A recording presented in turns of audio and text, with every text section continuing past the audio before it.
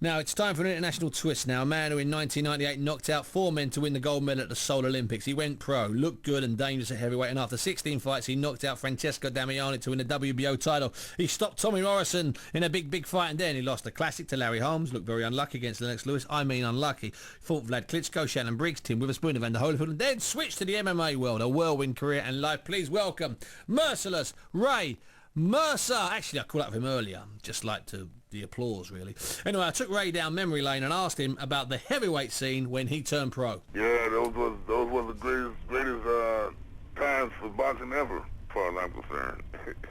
Yeah, you had some big fights starting out, and then moved your way towards those, winning titles. And who were you actually looking at that time? Did you have your eye on Lennox? Did you have your eye on Riddick? Did you have your eye on Evander? Who were the guys you were trying to mix it with, Ray? Mike Tyson. It's that simple. You just had your eyes on Tyson the whole time. That was it. I had my eyes on Mike Tyson. That's it. Did you go to any of his fights and maybe try and get close to him, try and speak to him? Did you try and get near him? We did over in Sweden. Mm-hmm. We both was fighting there. Oh, as amateurs? No, as a professional. Oh, okay, later on, okay. So Ray, talk me through the first world title fight against Damiani, okay? He's a good, solid champion, but you just blew him away in Atlantic City. Well, actually, he was actually winning the fight. The guy, he didn't look like, he could move like he did, and he was as fast as he was, but the guy, he moves, he was a swift mover, and, he threw a lot of combinations. The guy, he was in shape, and, the ninth round came, I believe, and I threw a 45-degree uppercut that I've been working on in practice, and I hit him in the tip of the nose. And that was it? And there he goes. But that guy, he was amazing. I mean, he was actually beating me. Now, Ray, at that time, you must have thought, that's it, I'm done now. Brilliant, I can get in the ring. I'll have some big fights.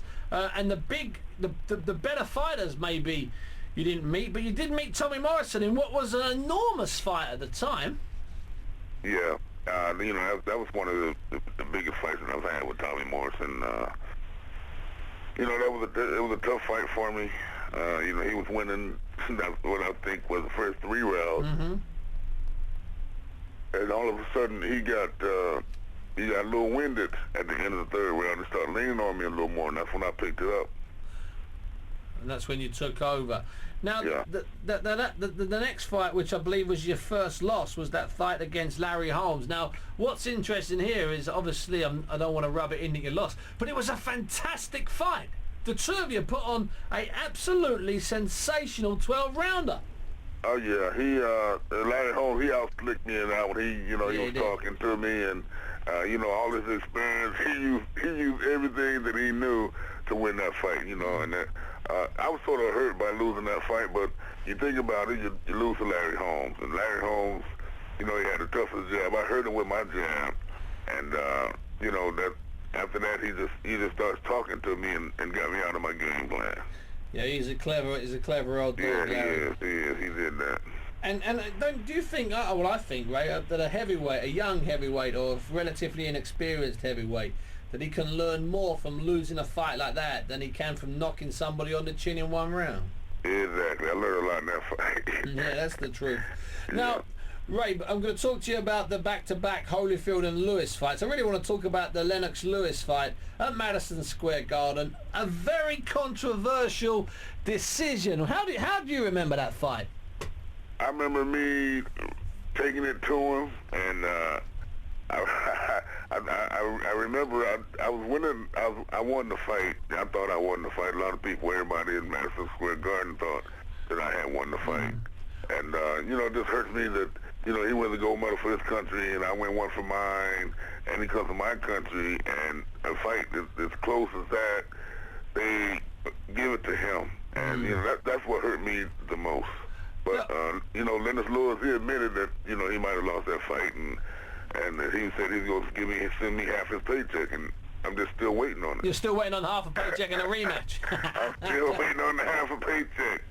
That's what I'm waiting on. Oh boy, It's been a while. it has been a while, but it was a terrific fight, right? Are you the kind of fighter that looks back and watches your fights again? Not really.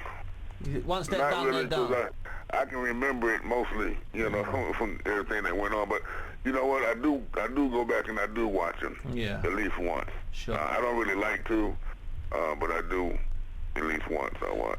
Do you wish you'd have fought Vladimir Klitschko 5 or 6 years earlier? Do you wish it had been a slightly younger Ray Mercer in the ring that night? That night I lost to him. There was a lot of things going on in my training camp. You know, I didn't know too much about Klitschko, and you know, I was up in Atlantic City. Yeah. You know, I had the wrong game plan. I just wanted to get in shape, and I was losing. I like to lose weight and get down into my 30s, and I was doing that. And I wasn't lifting any weights. My trainer kept telling me, you know, the guy's big and strong, but I felt like I could outwork him if I didn't mess with the weight. So Sure. I got in there, and the guy hit me with a jab, and I'm telling you, it knocked me down. And you know, that's when I knew that I had made a mistake in training and not lifting weights, because the guy was just strong, and I just tried to hang in there with him, and he was just too strong for me.